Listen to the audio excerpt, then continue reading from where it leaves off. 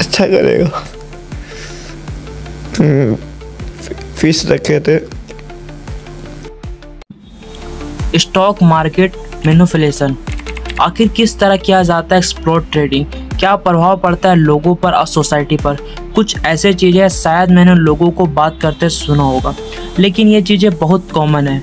इसलिए आज के फाइनेंस वीडियो में जानते हैं स्टॉक मार्केट के डार्क साइड के बारे में। गलत मत समझना, आप लोग बहुत से स्टॉक मार्केट में पैसा इन्वेस्टमेंट करते होंगे, मैं खुद भी करता हूँ।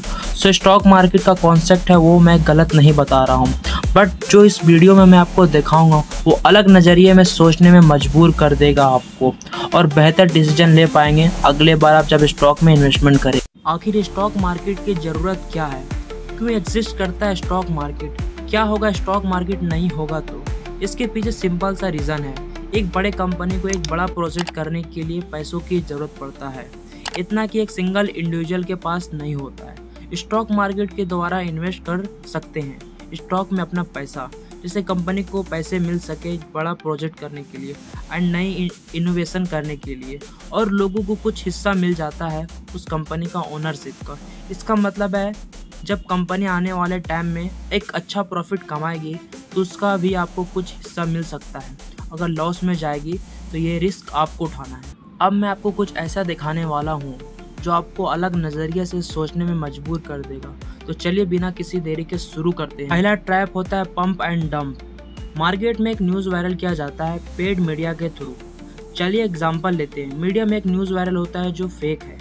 ABC कंपनी की एक नई ब्रेकआउट टेक्नोलॉजी लॉन्च करने वाली है जो उस स्टॉक को ऊपर ले जाएगी। ये इंफॉर्मेशन है पूरा मीडिया में वायरल हो जाता है, जिससे लोग शेयर बाय करना भी स्टार्ट कर देते हैं। अब सिंपल सी बात है कि कंपनी के शेयर एक साथ काफ़ी सारे शेयर बाय किया जाए तो उसका प्राइस तो हाई पर जाएगा। बिल्कुल ऐसा लिए वो अपने ही लोगों से वही शेयर ज्यादा दामों में खरीदवा लेता है। आज ब्लू मून शेयर का क्या भाव है?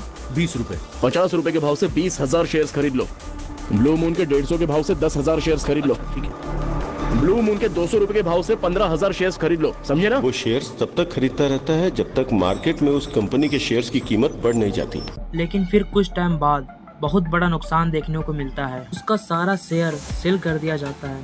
दरअसल दोस्तों ये होता है जिसने ये न्यूज़ वायरल किया था उसका इस स्टॉक में बहुत बड़ा हिस्सा होता है। उसका प्रॉफिट आने के बाद वो सारा शेयर सेल कर देता है, और जब रेट बढ़ जाता है तो एक ही साथ सारे शेयर्स बेच देता है। भेज दो जी साहब। ब्लू मून के सारे शेयर बेच दो सारे शेयर। वो 4 हफ्तों में ही 10 गुना। फिर मार्केट में बबल फूटता है, जिससे मार्केट में बहुत बड़ा गिरावट देखने को मिलता है। मार्केट क्रैश हो गया।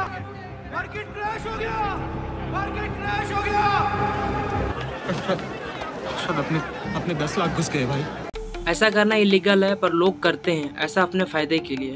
ऐसे करने पर आपको जेल भी हो सकता है। सो इन सब चीज़ों को ध्यान में रखते हुए इन्वेस्टमेंट कीजिए। तो ये बेसिक फंडा है स्टॉक मार्केट का पीछे का। अगर आप स्टॉक मार्केट आम जनता के जैसा देखोगे, आम लोगों की तरह, मान लो आप इन्वेस्टर हो जो स्टॉक मार्केट में पैसा इन्वेस्टमेंट करना चाहता है, आपके सामने ढेरों कंपनीज अवेलेबल है। आप किस कंपनी में पैसा इन्वेस्टमेंट करोगे?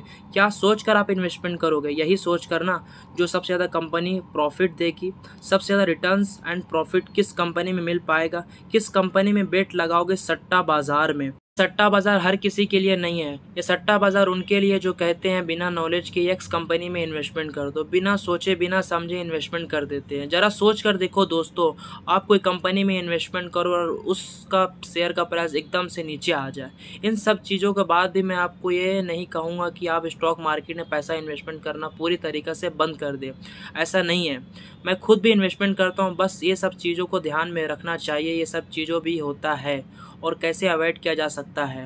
तो सोचो और बेहतर डिसीजन लो। मैं इस छोटे से वीडियो से इतना समझाना चाहता हूँ, कभी भी कोई भी कंपनी में इन्वेस्टमेंट करो पहले नॉलेज लो, कहीं स्टॉक का न्यूज़ फेक तो नहीं है। ऐसा हुआ तो आपका पैसा डूब सकता है। और इन टू एंड मैं एक टिप्स देना चाहता हूँ, कभी भी लोन लेके इन्वेस्टमेंट नहीं कीजिए। चाहे आप स्टॉक में इन्वेस्टमेंट कर रहे हैं या क्रिप्टो, या इतना पैसा हो आपके पास ऑलरेडी या सेविंग्स हो अच्छी खासी, उस पैसे को इन्वेस्टमेंट कीजिए, और नहीं है तो मत कीजिए।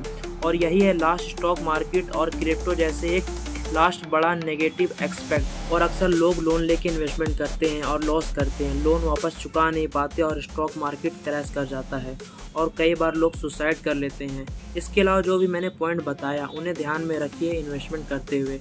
उम्मीद करता हूँ आज का वीडियो इन्फॉर्मेटिव लगा होगा। पसंद आए कमेंट में बताओ और फिर मिलते हैं अगले वीडियो में। Happy investing.